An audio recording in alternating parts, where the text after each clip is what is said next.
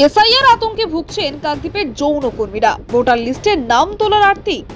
আমাদের নাম নেই 2002 তালিকায়। আতঙ্কে রূপচাঁদঘাটের যৌনকর্মীরা। সরকারের কাছে পুনর্বাসনের দাবি কাকদ্বীপের যৌনকর্মীদের।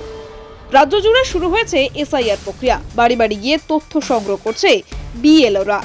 এই তালিকায় নাম থাকবে কিনা তা নিয়ে রাজ্যের নানা প্রান্তের সাধারণ মানুষের মধ্যে তৈরি হয়েছে আতঙ্ক।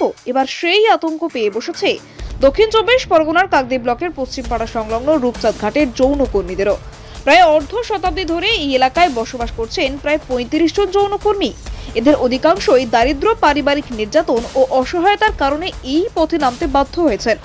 কারো সঙ্গে সন্তান, বৃদ্ধ বাবা মা, আবার কেউ একাই সংসার চালান। যৌনকর্মীদের অভিযোগ, আমাদের যদি 2002 সালের ভোটার তালিকায় নাম না থাকে তাহলে আমাদের কি দেশ ছাড়া হতে হবে? অনেকেরই আধার ও ভোটার কার্ড থাকলেও 2002 সালের তালিকায় নাম নেই বলে দুশ্চিন্তায় বাড়ছে। স্থানীয় সূত্রে জানা যায়, প্রায় 8 থেকে 10 জনের পরিচয়পত্র থাকলেও 2002 সালের ভোটার তালিকায় নাম রয়েছে হাতে গোনা কয়েকজনেরই।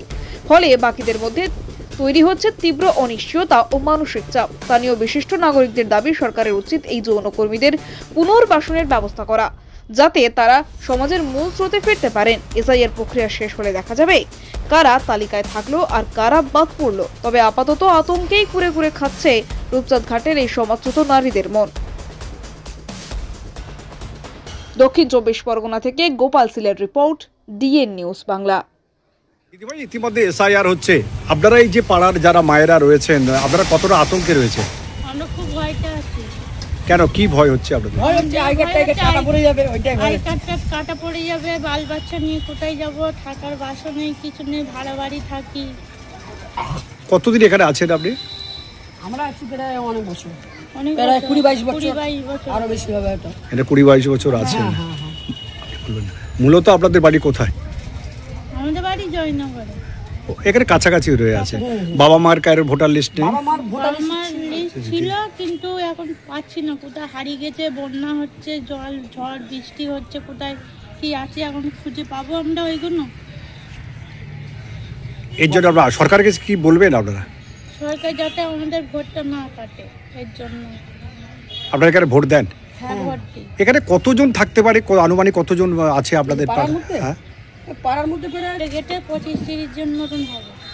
প্রত্যেকের কি ভোটার কার্ড আছে? না, হ্যাঁ, অনেকের আছে, বাড়িতে আছে। বাড়িতে আবার আছে। কিছু মেয়েদের এইখান থেকে আমাদের করে দিয়েছিল। আইআইটি থেকে করে দিয়েছে।